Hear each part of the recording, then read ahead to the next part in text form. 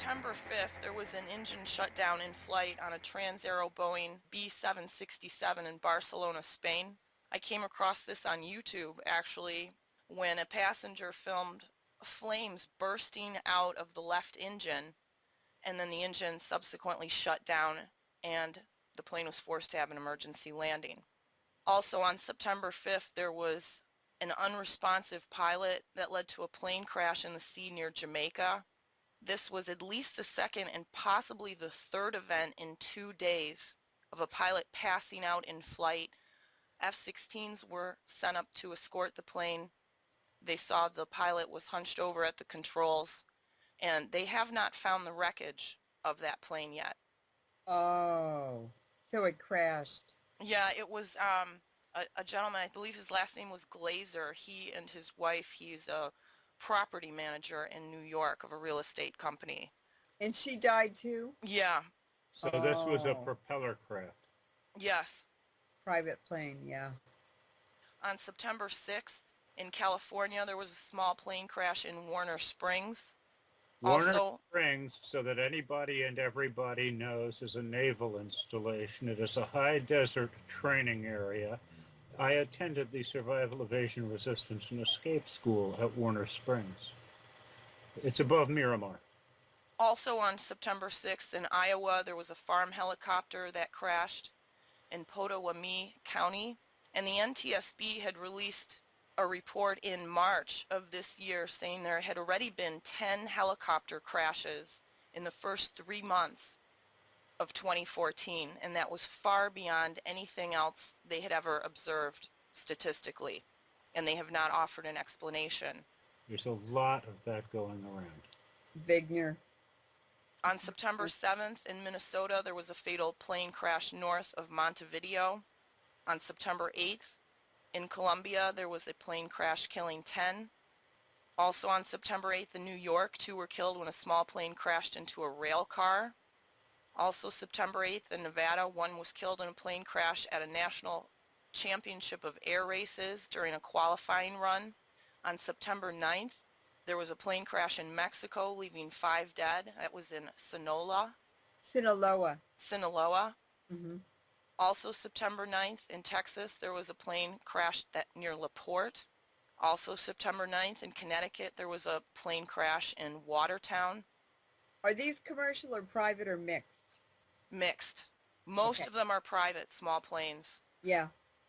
On September 10th in Virginia, there was a small engine plane crash near I-77 in Carroll County. Pilot was injured. On September 10th in Texas, a pilot was killed when his plane crashed near Austin Airport. On September 11th, there was a small plane crash reported at Cascade Airport in Idaho. September 11th, there were 2 fighter jets that crashed in the Western Pacific, reported by the U.S. Navy. They have not given a reason for that crash. Is that like over by Okinawa?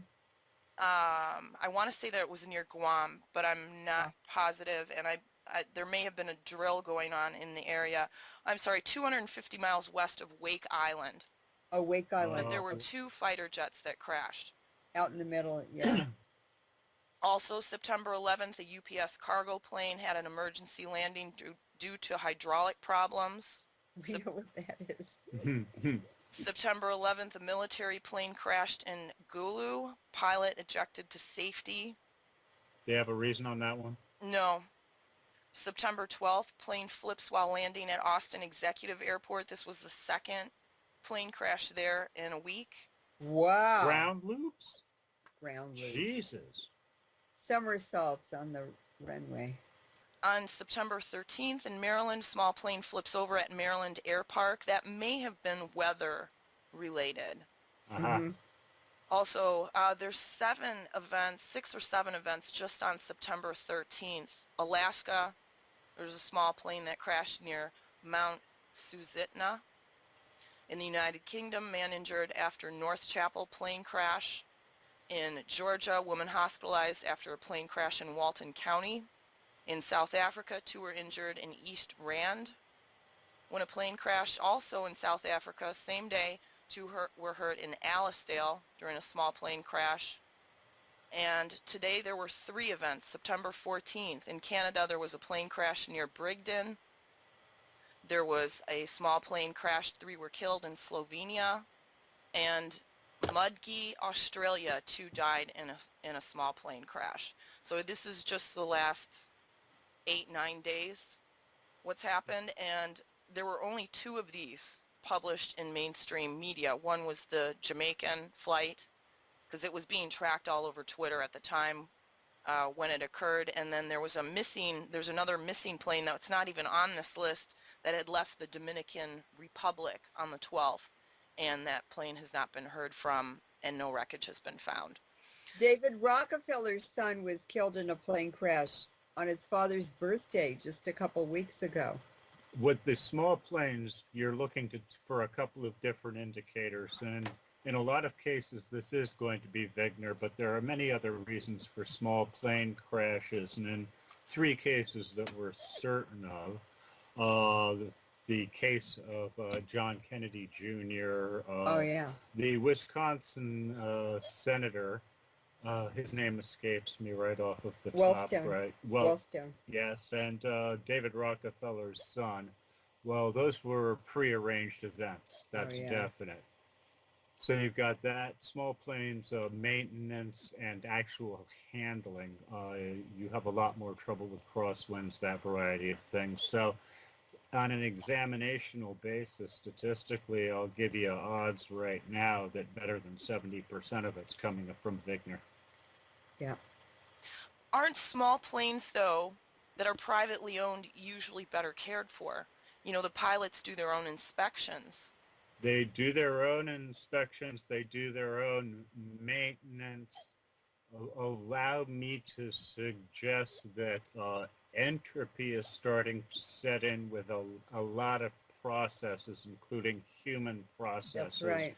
And there are other forms of active interference occurring in targeted locations that I think will increase over time in America.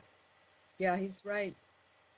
All right, should we have Larry read 5 and 6 so we can get a little more into the possible buildup of RADs on the aircraft itself? Well, sure. We were going to go ahead and examine the effect of static electricity and its contribution to all of this. It's addition to principles of attraction, that variety of thing, and scavenging. I think Loren probably like to cover that one. Sure. As a plane is flying through a contaminated air column, for instance, a trans-Pacific flight from China or Taiwan or Japan to the west coast of the United States, it's traveling through different radioactive levels depending on the altitude, and even an inch or a couple of inches can have a different radiation value, contamination value than just a few inches away. It just depends on many, many complex factors. And the surface of the plane has a charge on it. And so the radioactive particles that have an opposite charge will be attracted to the charges that are opposite to it on the surface of the plane. So that radioactive particle will steal or rip off an electron from the metal crystal matrix or structure on the surface area of the fuselage. As that happens, it weakens the metal, and parts, especially thin metal, it's interacting with the surface of the metal. And as more and more exposure occurs, or more and more radiation is interacting with the surface of that fuselage, it's creating Wigner crystallization, which is crystals that grow vertically from the surface of the metal. And this can be blown off as that dust that we're talking about, black dust.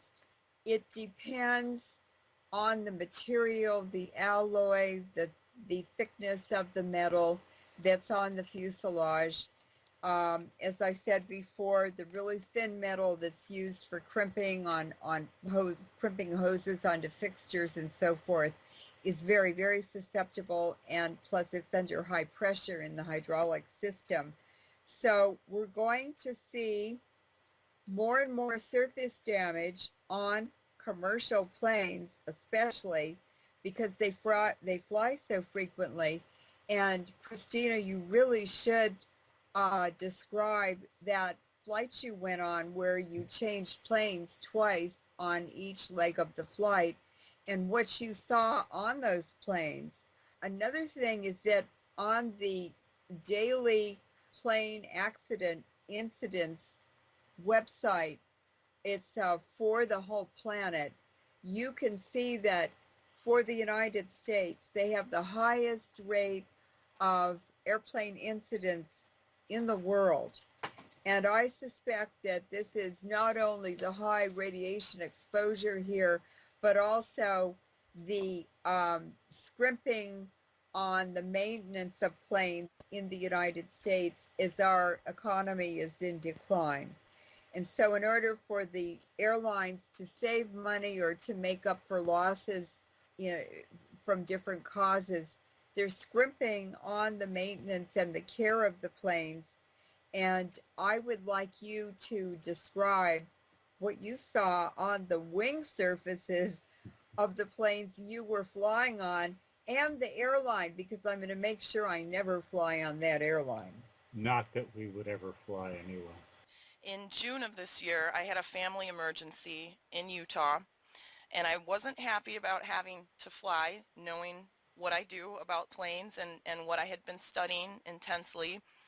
But I had to go on the trip. So in all of the discussions with Loren, what I've learned from her is to gather data wherever I go. So I use this as an opportunity to scout what is going on at the airports, what is going on with the planes, just from my brief perspective, which included 4 flights that were kind of zigzagged across the country because I had to make them on very short notice. I had to fly from Detroit to Chicago to Salt Lake City and then to Phoenix back to Detroit. And on every leg of the journey, all 4 trips, our plane was delayed significantly by maintenance issues. And while we were sitting on the tarmac, I start looking around at the other planes that are around us. And it was very obvious in terms of maintenance and cleanliness, and just the foreign planes looked like they were in such better shape than the American planes that I saw. Materially so, yes. Because they were.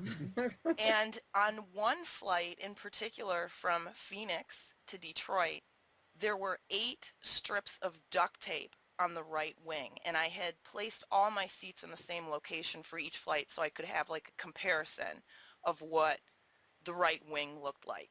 And they call this speed tape in the airline industry. It's actually duct tape, but they call it speed tape because it sounds better. And Very they use this special adhesives. they use this over areas where there's, corrosion and defects before they actually replace a panel or a part on an aircraft skin.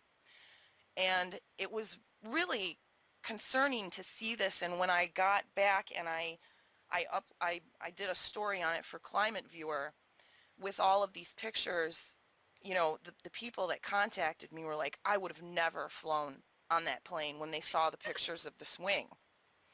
But it wasn't just that. It was Everything. It was everything. Oh, cool. Hey, it's still recording. Hi, everybody. You survived a plane crash.